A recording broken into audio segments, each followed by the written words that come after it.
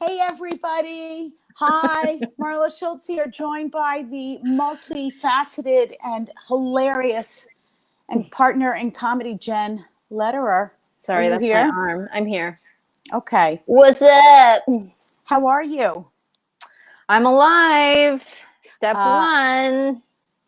yes. And no, it should be, what is it? Acknowledge that we are powerless.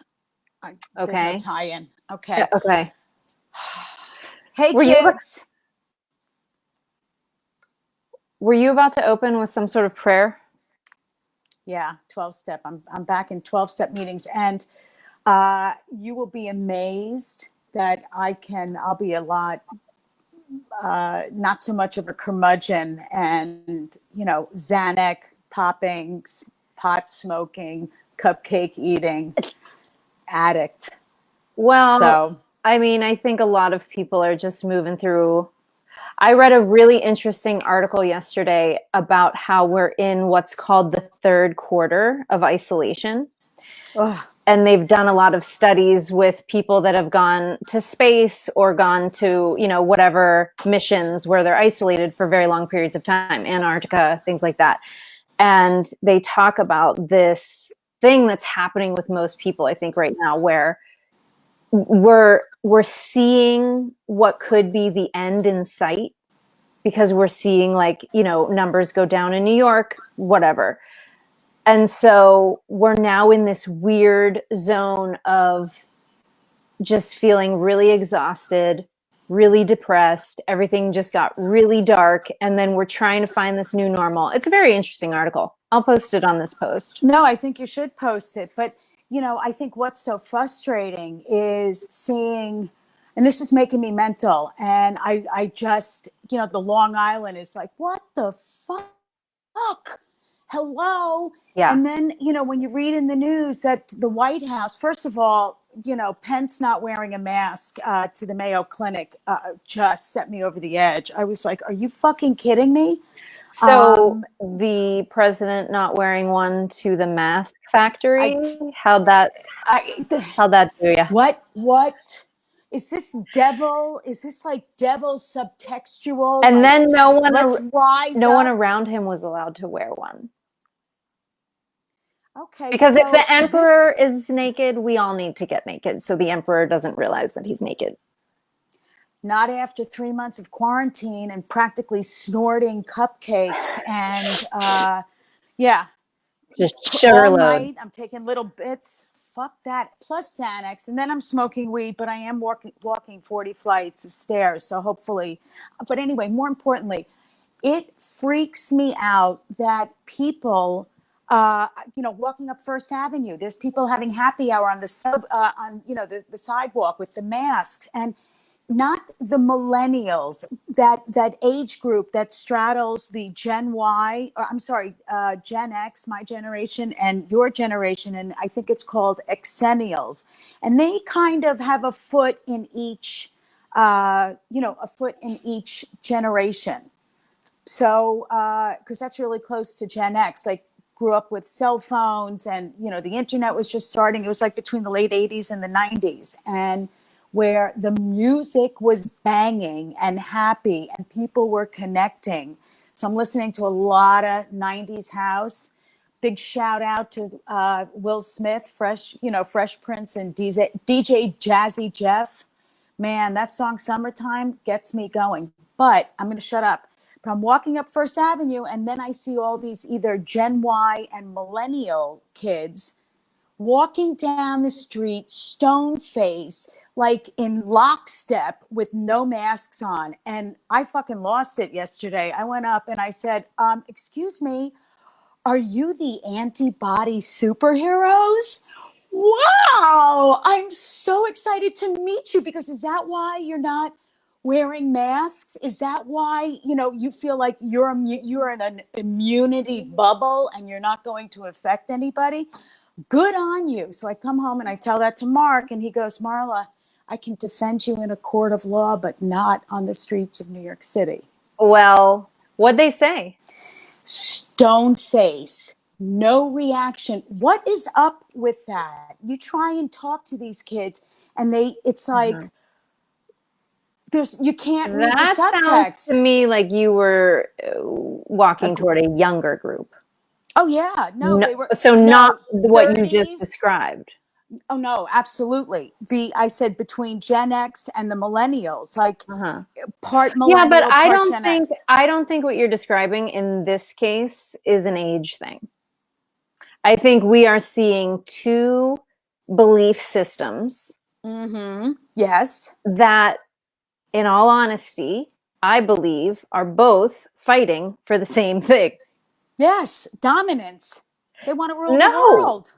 Okay, well, I possibly, In one way. but in on the shadow side maybe, but I think we genuinely are fighting for survival. Correct, but And we not have wearing a two, fucking mask but is not fighting for survival. I I'm agree with sorry. you. I agree with you, but there are okay, so I just watched this thing called Plandemic. You familiar with it? Have you seen it going around? Have you watched it? Yep. Not yet, not yet. It's on the list. Okay, you got to watch it. Here's what I would love. Fine.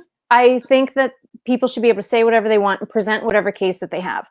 But my question is for both sides, why, when I see these films, am I only ever hearing one side? Whether it's my side or their side or whatever side, I want to see 10 doctors in the room, 5 that say one thing and 5 that say another, and I want to hear them talk about it. I don't want to feel your anger. I don't want to even be aware of your opinion of it. I want to hear the facts from both sides. Right. But you know what's really interesting? But dealing with some law and, just dealing with becoming very familiar with, dealing with lawyers and like lawsuits and whatever. That's how things are presented. Like it's like email, my point of view, their point of view, my point of view, their point of view. And you don't get the people in the room. Like, just like, how about bring some pundits like that twat, Laura Ingraham, and then Nicole Wallace or Gail King, and put them in a room. If you want to just make it small and not myopic, but have two different, a Republican woman and a Democrat woman, or two newsmakers in the room and talking about this, though, because it's two distinct points of view. Yes, but I'm not interested in pundits and op-eds. I'm interested in the people with the research. Understood. Like Gail King, I could give a fuck what Gail King has to say about this, honestly. Like, I'm not looking to her for how I'm gonna proceed through this world. You know what I'm saying? Can't they pretend that they're the MC of a keynote? Sure. So just bring moderate. them in. They can moderate. Yeah, they can moderate. Okay, I'm sorry it took so long to get to that point, but they could moderate. I'm just really tired. Okay, so that's important.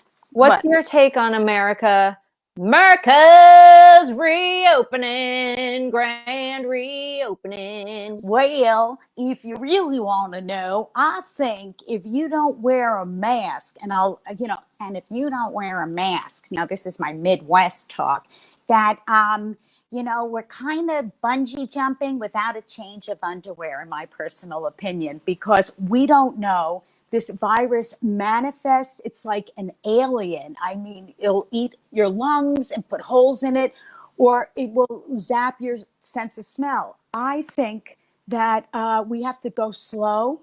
We have to pay attention to the science. Wear masks. Like, I don't understand why they opened up massage parlors and bowling. Who the fuck wants to stick their fingers in bowling balls when who knows where that person's fingers were? Like, and they opened up in Georgia the most intimate places. Like, you're up in somebody's business because you're going to get your bushwhacked in a manicurist. Like, haven't you ever? Like, I've done it in a jam. In a jam. That's a tough jam. I'm not in that kind of jam these days. It's like, nope. But how do you feel about this reopening? Is it good question? Are you experiencing anxiety about it? Are you having more fear? Are you feeling more anger? Like check. I think that's where we can all find agreement. Just wear a mask. Like we're both, whatever side, I keep saying both sides, but there's more than two sides anyway on all of this. And oh, there's hundreds. What I'm saying is whatever side you're on is getting turned up. Yes. Because of the anxiety, the fear, the anger, the not being heard, the not feeling seen, the same shit that's always the work is being magnified right now. Well, that's because, listen, as an advocate for mental health and mental health awareness and changing the conversation, everybody should be given the opportunity and gift of learning to modulate, identify your feelings, and then finding your voice in which to express yourself. Look at incels that hate women because they feel rejected. God forbid, like just pick up a pillow and give yourself permission to cry into it or make out and practice with it.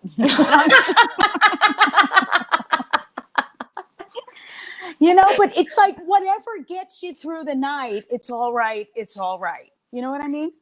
If it doesn't affect me. Right. Because they're learning. It's bottled up rage. It's resentment, it's fear, it's all of those things. And this is why I've gone back to 12-step programs, because it was everything you described. I went from 0 to 150. And I know I've been in therapy. I've battled depression, like suicidal thoughts. I can identify, wow, I'm going into this. Mm-hmm. And it's like I had to put the brakes on it because it was leading me to that, like I've fallen in the rabbit hole. And like, I know what it's like to go in. I know what it's like to fight out of it. I know what it's like to, brush the shit off of you and then step into your life to the best of your ability. I know all of that. And I felt myself going down. And my anxiety is totally up. So that's how I feel. What do you feel? I think most of us are feeling that feeling of, I got to catch myself. Like I got to catch this here. And so as we discover, what I want to hear more from people is, I don't know. Right. Before they present their facts, before they present their opinion, what I would like people to admit right now is that we don't know. And that's the most uncomfortable thing. I think humor helps us stay in the unknown a little better. It helps us be with the gray area and shit that we can't explain and shit that our brain can't compute yet. Right. Because we haven't lived through it yet. There's no hindsight yet. There's no hindsight, but in 2020, no less. Well, listen, it's like 100 steps forward and then a million backwards. But what humor does, it connects us. And it gives us permission when you laugh about something, and I talk about this, but when you bring humor into the conversation, it's like releasing steam, like your Instapot. Yeah. It's also one of our innate expressions. You don't learn to laugh. You laugh. You don't learn to dance. You don't. Right. That's what I'm saying. Like, it brings us back to one of our innate expressions as a human. So it helps you find your own truth. It helps you question your own truth. That's why when people get offended by jokes, it's like, well, what about that resonates as true in you that worries you, that makes you defensive to it, that, makes you unable to be with it. So anyway, all of that to say, I think the conversation outside of, first of all, I don't know. I have no idea. No one knows. No one fucking knows. We've not been here yet. But I'm open to it. Then the conversation is, how can we get our healthcare system better? Because what I'm hearing is we just need to be able to service more sick people because we're about to have more sick people. And there's no way around that. So let's talk about that. On top of, yes, safety precautions, but the economy does have to open up. We do have to admit that there's another illness on Earth now, just like the flu that we lose people from every year. But, that underlying, so how do we service all of these sick people? And then my last point for you, what you were just talking about with getting yourself back into 12 step, realizing I need help right now, that mental health piece. Yeah. That piece that comes down from every tragedy this country sees that's man-made. Well, why do you think they say you have to learn from history? Learn from history. And you look at, world relations between countries and connecting to the world. Everybody, this has been just piggybacking on what you're saying. We have to learn to speak to our allies and stop blaming. And you know what? President Trump, you've been given everything, your life on a silver platter. Why the fuck are you so angry? Why do you choose hate and darkness and not love? What the fuck? You have the power to flip a switch. It's like, get on the fucking couch and talk. Why are you so angry? Why do you feel the need to belittle everybody? Jesus, just be in acceptance. Or I don't even know, because it's untenable to me that this person acts the way he does and he bullies the world. Why are we got to kick him in the nuts and tell him to say enough? Why are people in fear of him? I'm sorry. I feel like he's the devil. I know I'm going into waters I shouldn't be. And he has done some good things, believe it or not, but small things, calling China out. That's a really big thing, because for this country to be beholden on a country that still has wet markets, and it's been proven that these pandemics start in China in the wet markets, and it's horrible. We're being held hostage for PPEs for the frontline workers. So what you're saying, Jen, yes, about opening the economy, absolutely.